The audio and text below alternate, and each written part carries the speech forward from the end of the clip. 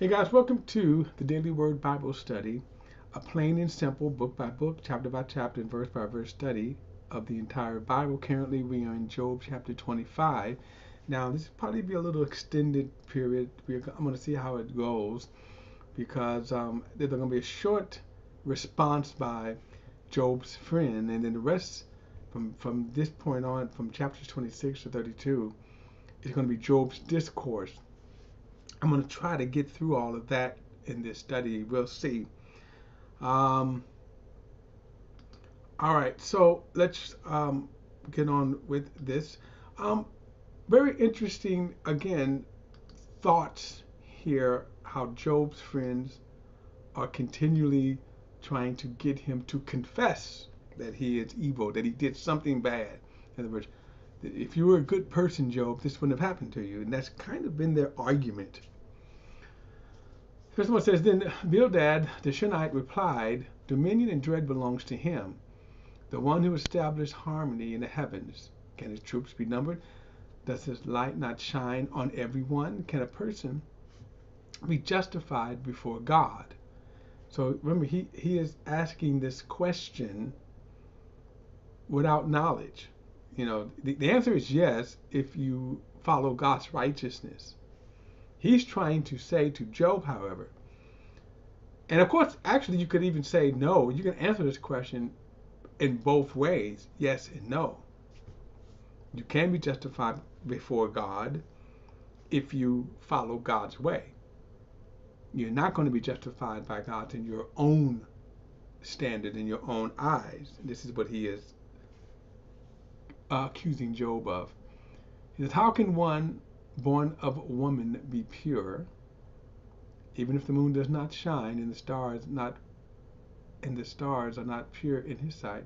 How much less man, who is a maggot, and the son of man, who is a worm? Now, I kind of mentioned this last time that there are people who, in their intellectual thinking, think that the creation, man, is kind of less than. And this is a human kind of perception here. The Bible said God so loved the world. Now think about that. God so loved the world that he gave his only begotten son. So think about the value there. That God's value of man was to give his son the very best he could ever give for a man.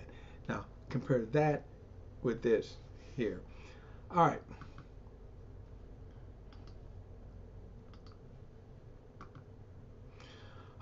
Chapter 26, verse 1. Then Job answered, How have you helped the powerless and delivered the arm that is weak? How have you counseled the unwise and thoroughly explained the path to success?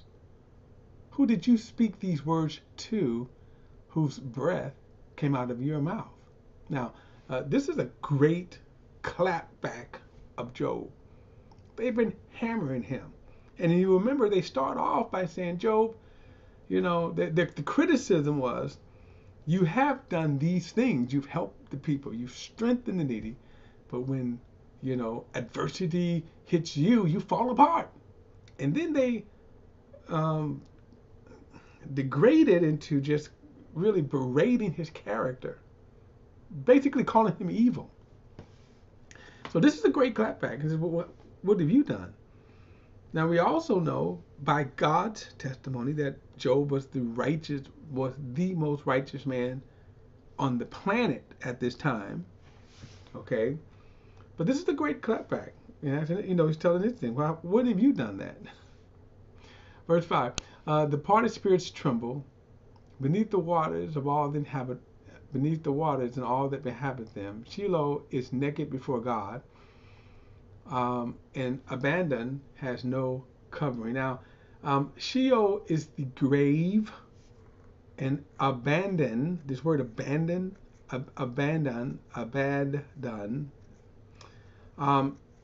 is kind of a Hebrew word for kind of the place of the departed spirit, and probably that of the angels or fallen angels. But departed. It's a place of departed.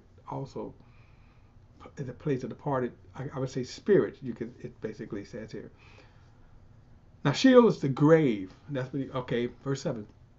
He stretches the northern skies over empty spaces. He hangs the earth on nothing. He wraps up the waters in his clouds. Yet the clouds do not burst underneath the weight. He obscures the view of his throne, spreading his cloud over it.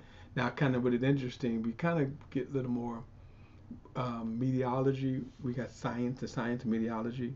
We know a little more from Job's perspective. Remember, he's looking during that time without the science of meteorology. Verse 10, he lay out the horizon on the surface of the waters, and the boundaries between the light and darkness. The pillars that uphold the skies tremble, astonished at his rebuke.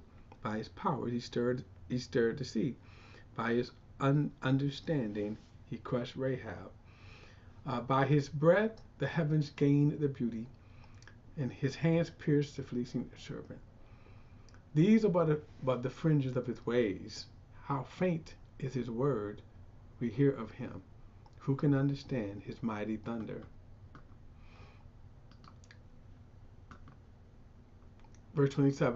Chapter 27, verse 1, Job continued his discourse saying, as God lives, as God lives, who has deprived me of justice, and the Almighty, who has made me bitter. Now, these two words, justice and bitter, his statement about bitter is correct. God had made his life bitter, right? He's allowed Satan to destroy his life. But the justice part, that's where he's going to get into trouble, we're going to see later. Verse 3, as long as my breath is still in me, and the breath from God remains in my nostrils, my lips will not speak unjustly, and my tongue will not utter deceit. I will never affirm that you are right. I will maintain my integrity until I die. Now, when people make arguments against you, and in their case, his friends, they're making pure arguments without knowledge. Then they get to the place where they get frustrated with him, and then they start insulting him. So he is right to say, I will never affirm that you are right, because you're not. Verse 6, I will cling to my righteousness and never let go. My conscience will not accuse me as long as I live. Now, God is going to call him on the carpet for this. Because basically what he is, in his estimate, that he is so righteous that God has no right to do this. And that's what God is going to challenge him on. Verse 7, may my enemies be like the wicked, and my opponents like the unjust. For what hope does the godless man have when he is cut off, when God takes away his life? Will God hear his cry when distress comes upon him? Will he delight in the Almighty? Will he call upon God at all times? I will teach you about God's power. I will not conceal what the Almighty has planned. All of you have seen this for yourselves. Why do you keep up this empty talk? Now, and Job is right. Their talk is empty because they have no basis of knowledge. This is the wicked man's lot from God. The inheritance of the ruthless received from the Almighty. Even if his children increase, they are destined for the sword. His descendants will never have enough food. Those who survive him will be buried by the plague. Yet the widows will not weep for them. Though he piles up silver like dust and heaps up a wardrobe like clay, he may heap it up. But the righteous will wear it, and the innocent will divide up his silver. The house he built is like a moss cocoon, or a booth set up by a watchman. He lies down wealthy, but will do so no more. When he opens his eyes, it is gone. Terror overtakes him like a flood. A storm wind sweeps him away in the night. The east wind picks up, and he is gone. It carries him away from his place. It blasts him without mercy, and when he flees desperately from its grasp, it claps its hands upon him. It scorns him from his place. Now I'm reading this quickly because, again, one, this is kind of Job's, remember, perspective, okay, from his anguish, but also from his human perspective, okay. Job himself had suffered in the same way, but not because he was wicked, okay. So chapter 28, verse 1, surely there is a mine for silver in a place where gold is refined, iron is taken from the ground, and copper is smelted from ores. A miner puts an end to the darkness. He probes the deepest recess for ores in the gloomy darkness. He cut a shaft from human habitations. Its places unknown to those who walk above the ground, suspended far away from the people. The miners swing back and forth. Food may come from the earth, but below the surface, the earth is transformed as by fire. Kind of interesting. How would he know that? Only by revelation. Its rocks are a source of sapphire containing flecks of gold. No birds of prey know that path. No falcon's eyes have seen it. Proud beasts have never walked on it. No lion hath ever prowled over it. The miners strike the flint. The transformers, the mountains at their foundations. He cuts out channels in their rocks, and his eyes spot every treasures. He dam up the streams from flowing, so they may bring what is hidden. Bring to light what is hidden. But where can wisdom be found? And where is understanding located? Now, this is a very interesting question here. Where can wisdom be found? Verse 13. No man knows its value, since it cannot be found in the land of the living. The ocean depths say, it is not in me, while the seas declare, I don't have it. Gold cannot be exchanged for it, and silver cannot be weighed out for its price. Now, later in the book of Proverbs, we will see a lot of this language. And Proverbs itself, so explanation. Verse 15, gold cannot be exchanged for it, silver cannot be weighed out for its price, wisdom cannot be valued in gold of Ophir, its precious onyx and sapphire. Gold and glass do not compare with it, and the article of fine gold cannot be exchanged for it. Coral and quartz are not worth mentioning. The price of wisdom is beyond pearls. Topaz and Cush cannot compare with it, and it cannot be valued in pure gold. Where then does wisdom come from, and where is understanding located? It is hidden from the eyes of every living thing, and concealed from the birds of the sky. Abandon and death say, we have heard the news with our ears, but God understands the way to wisdom, and he knows its location. For he looks to the ends of the earth and sees everything under the heavens. When God fixed the weight of the wind and limited the water by measure, and when he established the limit for the rain and the path for the lightning, he considers wisdom and values it. He established it and examines it. He says to mankind, the fear of the Lord is this, wisdom. And to turn from evil is understanding. Now we will see this in the book of Psalms as well as Proverbs. Notice he says the fear of the Lord. Now this is kind of interesting when you think about the philosophy or philosophers of today, Greek philosophers, wisdom, how they view wisdom. When you think about the critical thinkers, apologists, okay, all these things today, and how they kind of speak. They do speak with, as James said, a human devilish wisdom. But what is interesting is that they do not speak true, wise wisdom. Why? Because the very first thing is, he says, the fear of the Lord, this is wisdom. or the fear, as Proverbs will say, the fear of the Lord is the beginning of wisdom. And then he said, and to turn from evil is understanding. Now, this right here is probably one of the greatest parts of wisdom, of understanding you can get. Now, let me just say this too.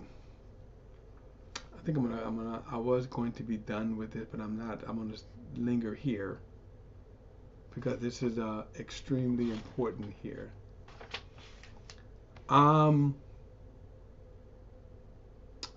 I want to comment on something that. Look at this statement right here. The fear of the Lord is wisdom. Okay? The fear of the Lord is wisdom. Okay? Okay. What does this mean here? And I mean this from an application perspective, how we deal with applications right here. Well, what does this mean? Okay? The fear of the Lord is wisdom. One of the things that I think is problematic in how we deal with life, especially our lives today. Okay, our lives today.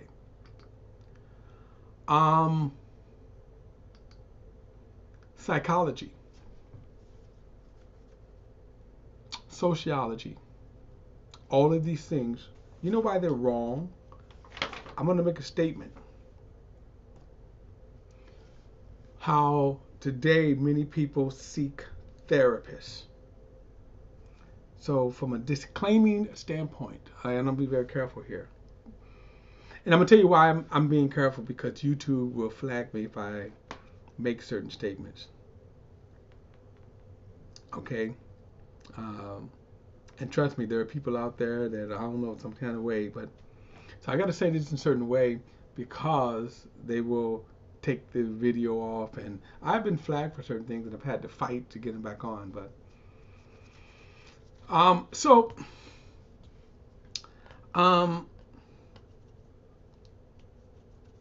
the